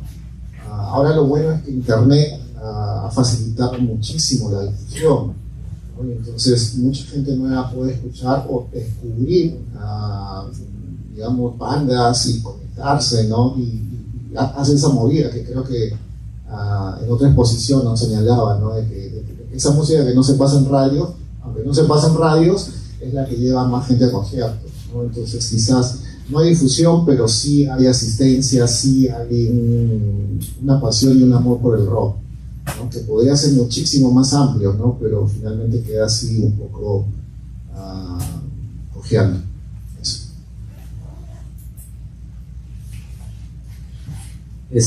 Bueno, en el caso, no específicamente del rock, bueno, del metal, la situación es en realidad un poco más compleja. Los metaleros, sobre todo la gente heavy, ¿no? Bandas como CTS, Armagedón, buscaron siempre profesionalizarse, ¿no? Buscaron vivir de la música, pero no lo lograron. Y justamente no lo van a lograr porque el heavy va a ser ampliamente desplazado por las bandas extremas, ¿no? Morte, Mades, ¿no? Cranium, que en realidad no pertenecen a un circuito, lo que Morte, por ejemplo, decía, ¿no? El circuito de Barranco, Miraflores, gente como que más de élite, ¿no? Entonces, al final lo que va a terminar por sobresalir dentro de esta movida van a ser esas bandas que vienen de espacios como que más comeros, por así decirlo, ¿no? Aves de Juan de Lurigancho, Cranium del Rimac, ¿no? Entonces, eso por un lado, ¿no? Y de ahí también está la cuestión de que a fines de los 80 muy pocas bandas realmente tenían muy claro como cuál es su etiqueta. Nuevamente, volviendo al caso de Morten, inicialmente Morten inició con la etiqueta de black metal. Pasó lo de Noruega, ¿no? De los incendios, bueno, las quemas, ¿no? De iglesias, y se desligaron totalmente. No, ahora somos death metal. Entonces, esa etiqueta entre géneros es... al menos entre los 80 e inicio de los 90 como que todavía está en formación. Los propios metaleros no saben muy bien qué están haciendo, ¿no? Lo único que interesa es tocarlo fuerte, ¿no? Me gustaría añadir algo a lo que mencionaba Pablo con respecto a cómo descubrió Doble 9 con nuevas plataformas, ¿no? Por ejemplo, mi curiosidad, ¿no? Esa melomanía, esa pasión, como tú señalabas en tu investigación, de seguir descubriendo más música, ¿no? En este caso de los 90 me lleva a ir a Spotify y buscar Ranking Doble 9 1997, ¿no? Por ejemplo, y así descubrir toda la lista, ¿no? que salió en esa época, y de esa manera más bandas, más cantantes para escuchar. Bueno, con respecto a la época, es realmente irónico lo que pasa con el rock alternativo aquí en Lima, porque mientras cobra una presencia mainstream en Estados Unidos, en Reino Unido, es aquí en nuestro país que se centra o se alberga en publicaciones más alternativas, subtes, ¿no? Underground, ¿no? Y sobre todo en espacios en donde esta se puede desarrollar de manera más libre, también sin censura. Tomemos mucho en cuenta que el contexto tampoco favorecía, ¿no? Hubo todo este tema que desembocó con la cancelación hasta de programas, ¿no? Que difundían, ¿no? Ayudaban a la difusión del rock peruano, rock no comercial, ¿no? Peruano. Y sí, hay esta pues ironía, ¿no? Entre lo comercial del rock alternativo a nivel mundial y cómo impacta, claro, con todo el circuito, ¿no? Porque no solo queda en la música, también hay películas, hay series, ¿no? En MTV, el soundtrack de las series eran de bandas de rock alternativo, ¿no? Entre otros productos culturales que reflejaban este fenómeno, pero cómo se replica en Lima es completamente diferente, ¿no? Bien, vamos a hacer dos preguntas continuas. Primero Camilo, que me pidieras un ratito, y de ahí tú, los dos. Primero Camilo y de ahí.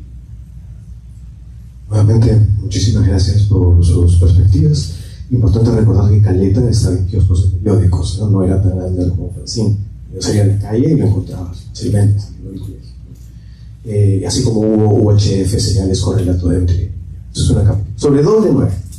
Entonces, me parece que es importante debatir esta propuesta acerca de si podemos considerar contracultural, en tanto se ha venido repitiendo también desde la ponencia magistral, ¿no? De que Lo cultural, lo contracultural es de tesis, antítesis, síntesis. En ese sentido, hablamos de lo contra, no como darle la contra a la cultura. Entonces, si estamos hablando en relación a lo mainstream, W9, tal como acaba de señalar el testimonio, también se relacionaba con las disqueras y tenía prioridad para poder elegir los lanzamientos de las disqueras internacionales, que son justamente Sony, Warner, Universal, etc. Pero podías tener prioridad, en el caso del señor Sanguinetti, podía tener prioridad para ver qué elegía, y obviamente sondeando la tendencia global transnacional, optaría por músicas, entre comillas, alternativas. Pero decir que ello sería contracultural cuando se daba un contexto de rechazo a la realidad nacional en los dos sentidos, ¿no? Tanto de tener pautas publicitarias donde sonaba toda la música posible, sonaba Eurodance, sonaba salsa, sonaba guayno, y al final entraba Smashing Pumpkins y la radio W9 te decía música para los demás, música para nosotros. Entonces, la construcción de la comunidad imaginada de W9 no necesariamente es una comunidad rockera, sino, y hay que plantearlo también, y entiendo se verá, es una constante, ¿no? Que si hay una dimensión alienante, extranjerizante, y hay una posición personal, del gusto personal, que resulta estructuralmente despectiva hacia el resto de la sociedad, y sin embargo lo permitimos porque es una empresa privada, y bueno, es el asunto del señor, y como dijo Daniel F. en algún momento, ¿no? Es una excelente radio que entre comerciales pasa música, ¿no? Porque justamente la sostenibilidad, que es difícil en la radio, se desarrolla a partir de incluso tener canciones asociadas a marcas específicas para poder darle continuidad, o incluso tú entras para pasar una banda de un festival, paras en el sistema publicitario y por ahí te insertan alguna canción dentro de algún contexto, ¿no? Entonces, al menos bajo las acepciones que en otros contextos el metal, el punk, el rock subterráneo tenemos de contracultural, W9 no sería el caso, ¿no? Simplemente eso quería afirmar, si bien como locutor y como programador y conductor radial me ha influenciado probablemente. Gracias. Gracias a ti. Bien. Hola, bueno, primero agradecerles a los tres ponentes. Como alguien que recién se está iniciando en el periodismo musical, esta ponencia ha sido magistral para mí, me ha enseñado muchas cosas de historia que yo no tenía ni idea que existían. Bien, tengo dos preguntas. Una es para Pavel. Radio W9 ha existido desde hace bastante tiempo. Yo quisiera saber si es que sigue teniendo, o si ustedes consideran, o si tú consideras que sigue teniendo vigencia ahora mismo, y si no es así, ¿por qué no se pudo mantener vigente en el tiempo? Y para Zoila, quiero saber, también es una pregunta que va por ahí, la revista Caleta duró 7 años. ¿Esto tiene algo que ver con el hecho de que su concepto haya sido justamente de que es una revista de jóvenes para jóvenes, y que en 7 años pues los autores me imagino que dejaron de ser jóvenes? Esas son mis preguntas.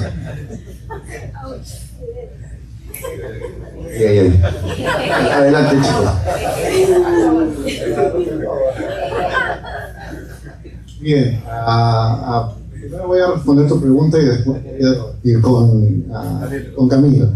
En realidad, W9, si lo consideramos como la vigencia que tuvo quizás entre los 80 y 90, definitivamente no tiene ese impacto, porque ahorita existen otras fuentes para consumir, para acercarse, ¿no? La música nueva, vieja o de cualquier tipo, ¿no? Pero de alguna manera ha creado un lazo y una comunidad que, como un boca a boca, lleva a que, si es que tal vez no estás conectado, pero si acá en Lima te gusta el rock, por ahí de alguna manera conectas, de alguna manera algún día por algún evento, ¿no? Con algo que pueden estar pasando. Entonces yo creo que su vigencia tiene pues este aspecto bastante simbólico, ¿no? de que es pues la radio rock, ¿no? Y parece que mientras siga teniendo esta aura, de alguna manera se le va a asociar, y con las generaciones nuevas pues se seguirá llegando, porque finalmente pues el padre, el tío, el hermano mayor de alguna manera lo lleva y lo toca, ¿sí? Pero si lo hablamos así en términos estrictos, sí, ha perdido relevancia, porque definitivamente, como en general la mayoría de las radios, en general, o sea, no solo es W9, en realidad es el medio de la radio, no está tan consumida, no está tan presente, ¿no? Para muchos en sus vidas diarias, ni tampoco te marca, ¿no? Porque antes era como que si tú querías escuchar una canción nueva, solo tenías esa vía. Ahora no. Ahora tienes bastantes vías para poder escuchar a tu banda o meterte a comunidades y descubrir cosas nuevas por ahí, realmente por ahí te más afecta, ¿no? Y entras a construir ese gusto, esta identidad musical. Eso. Creo que ahí le pasó para Soya y ahí algo muy breve. Con respecto, bueno, primero agradecer el interés al periodismo musical. Es muy necesario, sobre todo también animo a las chicas, a las mujeres, visibilizarnos dentro del periodismo musical. La historia, de hecho, del periodismo musical en el Perú ha estado liderada y sobre todo visibilizada por hombres, lo cual no está mal y sinceramente agradezco mucho el aporte, pero creo que pues borra de cierta manera el legado que está dejando Helen Ramos, por ejemplo, con su Fancy Britannia, o las mujeres que empezaron a escribir en revistas de música también, ¿no? En Caleta también hay 3 mujeres que colaboraron durante 7 años frente a una gran cantidad de hombres que escribieron en esta publicación. Con respecto a la pregunta de por jóvenes y para jóvenes, quizás sí hubiese influido la parte de la edad, aunque no tanto, diría yo, por el hecho de que, claro, ya el tema del rock, el rock alternativo estaba virando hacia el indie, ¿no? Ya tomaba esta nueva forma, ya la fórmula de rock alternativo ya estaba muy desgastada, había este desentendimiento entre las disqueras, productores, ¿no? Comerciales con los artistas de rock alternativo, ¿no? Ya estaban pues muy desgastado toda esta idea. Entonces se forma esto del indie y de parte del equipo de Caleta siente que no hay, bueno, conversando con Fidel, ¿no? Leyendo allí también los últimos números de la revista, se denota sobre todo en el caso de esto de los gustos, ¿no? Lo que mencionaban en la ponencia, creo que lo hizo Malena, acerca de esta familiaridad, ¿no? Que hay con un cierto tipo de música, ¿no? Entonces eso ha pasado con los integrantes de Caleta. Ellos se sentían más afín, más familiarizados, ¿no? Más a gusto al escribir sobre los Smashing Pumpkins o escribir sobre rock alterlatino, que es el rock que se hizo durante los 90 con el Fabulosos Cadillacs, con Control Machete, con Café Tacuba, con Aterciopelados. Escribir sobre Chiqui Punk, por ejemplo, no era su onda musical, ¿no? Entonces creo que por allí va el desgaste de la revista, este tema también de las ideas creativas, porque ya eran 2 directores, ¿no? Y uno de ellos ya deseaba pues dirigir la propuesta de publicación hacia la parte más nacional, ¿no? Y es así que Caleta tiene como sus spin-offs, se podría decir, siendo Sub una de esos proyectos que se hacen en paralelo a Caleta en 1998, y luego de Caleta se saca otra revista llamada 69, y esta revista sí tiene una connotación sexual, pero precisamente jugaban con ese concepto al dividir la revista. Por un lado tenías, ahí sí se volcaban al indie, por ejemplo, ¿no? Uno de ellos ahí sí ya decide meter más a fondo al indie, a Yeah Yeah Yeahs, Strokes, ¿no? A toda esa onda que estaba iniciando en Nueva York. Y tienes por un lado a ellos, ¿no? En portada, a los White Stripes, por ejemplo, y en otro lado tenías a Manganzoides o Cementerio Club, ¿no? En el otro reverso de la portada, ¿no? Entonces se jugaba mucho con ese concepto, y es por eso también que Caleta pues cumple su ciclo, ¿no? Cumple su ciclo justo cuando ya también el rock alternativo ya está, ¿no? Está haciendo este viraje hacia el indie. Sí, excelente resumen, Zoila. Sí. Bueno, ya no hay más tiempo para más preguntas, pero si quieren ustedes seguir conversando con nuestros expositores, bueno, hay la oportunidad abajo de tomarse un cafecito en el piso, y bueno, ahí pueden satisfacer su malsana curiosidad sobre cualquiera de los temas que han oído hoy día. Gracias.